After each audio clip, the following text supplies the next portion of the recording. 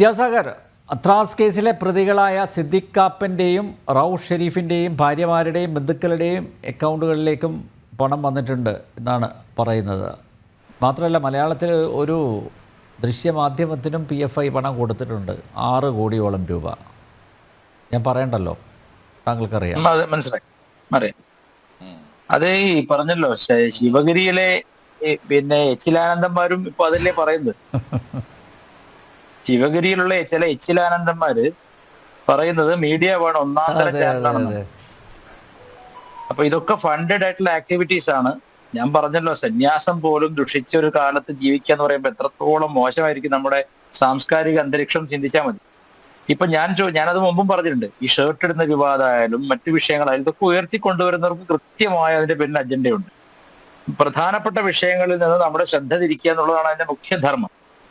അപ്പോ ഇപ്പൊ നമുക്കിപ്പോഴും നേരത്തെ അഹമ്മദ് മാഷ് പറഞ്ഞ കാര്യം വളരെ സത്യമാണ്. അതായത് നമ്മുടെ സർക്കാർ വേണ്ടത്ര ഇതിനെപ്പറ്റി മനസ്സിലാക്കിയിട്ടുണ്ടോ എന്ന് എനിക്ക് സംശയമാണ് ഇപ്പോഴും. കാരണം കഴിഞ്ഞ തവണ മീഡിയ വണ്ണിന് നിരോധനം നേരിട്ടപ്പോൾ നമ്മുടെ ഒരു മന്ത്രി തന്നെയല്ലേ എത്രയും പെട്ടെന്ന് അത് നീക്കി കൊടുത്തത്. അപ്പൊ ഇവരൊക്കെ തമ്മിലുള്ള ബന്ധങ്ങൾ, വ്യക്തിബന്ധങ്ങൾ, നേരത്തെ പറഞ്ഞ പോലെ സാമ്പത്തിക ബന്ധങ്ങൾ, അല്ലെങ്കിൽ അവർ തമ്മിലുള്ള ബിസിനസ് ബന്ധങ്ങൾ, ഇതെല്ലാം ഇതിൽ വലിയ ഘടകങ്ങളാണ്. ഒരു ശത്രു കിട്ടിയിട്ടുണ്ട് കേട്ടോ, എല്ലാവർക്കും കിട്ടിയിട്ടുണ്ട്. മരവെട്ടിനും കിട്ടിയിട്ടുണ്ട്, കഴുത്തുവെട്ടിനും കിട്ടിയിട്ടുണ്ട്. കൈവെട്ടുകാരന്റെ ചാനലിനും മരവെട്ടുകാരന്റെ ചാനലിനും കിട്ടിയിട്ടുണ്ട്. അപ്പോ ഞാൻ പറഞ്ഞതിന്റെ അർത്ഥം എന്താണെന്ന് വെച്ചാൽ, ഇവിടെ നമ്മൾ പലപ്പോഴും ജാഗ്രത കുറവ് കാണിക്കുന്നുണ്ട് പല കാര്യത്തിൽ. അതാണ് നേരത്തെ പറഞ്ഞത് ഞാൻ. അതായത് സ്വർണം വരുന്നു, ഇന്ത്യയിലേക്ക് സ്വർണം വരുന്നു എന്ന കാര്യത്തിൽ തർക്കമില്ലല്ലോ. പക്ഷെ ആ സ്വർണം വരുന്നതിൽ 100-ൽ 1 കേസാണ് പിടിക്കപ്പെടുന്നത്. പലപ്പോഴും രാഷ്ട്രീയ ബാന്ധവങ്ങൾ, മതത്തിനപ്പുറത്തുള്ള ചില സൗഹൃദങ്ങൾ, മതത്തിനപ്പുറത്ത് ആർക്കും സൗഹൃദം വേണ്ടെന്ന് ഞാൻ പറയില്ല, മതത്തിനപ്പുറത്തും ചില സൗഹൃദങ്ങൾ കാത്തു സൂക്ഷിക്കുന്ന നേതാക്കന്മാർ BJP-യിലും ഉണ്ടായാൽ മതിയല്ലോ, എളുപ്പമല്ലേ കാര്യങ്ങൾ അവർക്ക്. അപ്പൊ അതുകൊണ്ട് പണത്തിനു മേതെ പരന്തു മറക്കില്ല എന്നൊരു ചൊല്ലുണ്ടല്ലോ. അപ്പൊ പണം എന്ന് പറയുന്നത് ഇസ്ലാമിനെ സംബന്ധിച്ച് ലോകം മുഴുവൻ വലിയ ഒരു ആസൂത്രണം ചെയ്തുകൊണ്ട് തന്നെ വലിയ ധനശേഖരണം ഇതിനു വേണ്ടി നടന്നിട്ടുണ്ട്. ആ ഫണ്ട് ഉപയോഗിച്ചുകൊണ്ട് അത്താഴപ്പട്ടിണിക്കാരായിട്ടുള്ള ചില നേതാക്കന്മാരെയൊക്കെ പിടിച്ച് അവർക്ക് അവരുടെ കാര്യങ്ങൾ നടത്തിയെടുക്കാൻ സാധിക്കുന്നുണ്ട്.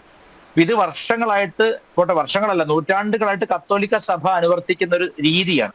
അതായത് ഒരിക്കലും രക്തം ചൊരിയാതെ എങ്ങനെ നമ്മുടെ കാര്യങ്ങൾ നടത്തിയെടുക്കാം എന്നതിൽ അവർ എക്സ്പേർട്സ് ആണ്. എങ്ങനെയാണ് വിരുദ്ധ ചേരിയിൽ നിൽക്കുന്ന ആൾക്കാരെ പോലും സാമ്പത്തികം കൊടുത്തിട്ട് അവരെ കൊണ്ട് നമ്മുടെ കാര്യം ചെയ്യിക്കുക, നമ്മൾ കൈ നനയാതിരുന്ന് സുഖമായി സ്കൂളും കോളേജും ഹോസ്പിറ്റലും ഒക്കെ നടത്തി പോവുക. ഇതൊക്കെ തന്നെയാണ്. അപ്പൊ ഇത് തന്നെയാണ് ഇസ്ലാമും ഇപ്പോൾ അനുവർത്തിക്കുന്നത്. ഇസ്ലാമിന് കത്തോലിക്ക സഭയുടെ അത്രയും കുടിലമായ ഒരു ബുദ്ധി കേന്ദ്രം ഇല്ലെങ്കിലും അവരുടെ കയ്യാളുകൾ വളരെ ശക്തരാണ്. മതം എന്ന് പറയുന്ന ഒരു വികാരം എന്നത് ഇളക്കി വിടാൻ പറ്റും. ഇപ്പൊ ഒരു ലോക്കൽ ക്രിസ്ത്യാനിയോട് നിനക്ക് സ്വർഗം കിട്ടൂടാ, നീ ഇത് ചെയ്താൽ, ബോംബ് പൊട്ടിച്ചാൽ എന്ന് പറഞ്ഞാൽ അവൻ വിശ്വസിക്കില്ല. കാരണം അവന് ഈ മതം എന്ന് പറയുന്ന ഒരു വ്യാപാരമാണ്, അല്ലെങ്കിൽ സാമൂഹ്യ സുരക്ഷ മാത്രമാണ്. ഇസ്ലാമിന് അങ്ങനെയല്ല. പൊട്ടിത്തെറിച്ചാൽ അവിടെ എത്തുമെന്നും അവിടെ എത്തിക്കഴിഞ്ഞാൽ ഈ പൊട്ടിത്തെറിച്ച ലിംഗം മാറ്റി വേറെ കൊടുത്തിട്ട് 75,000 പേരെ ഭോഗിക്കാൻ പറ്റുന്നൊക്കെയുള്ള വിഡ്ഢി കഥകളെ അങ്ങേയറ്റം പൂർണ്ണം വിശ്വസിക്കുന്നവരാണ് അവര്.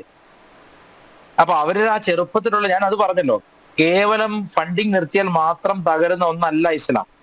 ഇസ്ലാമിന്റെ രീതി എന്ന് പറഞ്ഞാൽ വളരെ ചെറുപ്പകാലത്തിലെ, ഹിറ്റ്ലർ പറഞ്ഞ പോലെ ക്യാച്ച് ദം യങ്, ചെറുപ്പത്തിലെ പിടിച്ചിട്ട് അവർക്ക് ആശയപരമായ മൗഢ്യം അവരുടെ സ്വഭാവമാക്കി മാറ്റുക.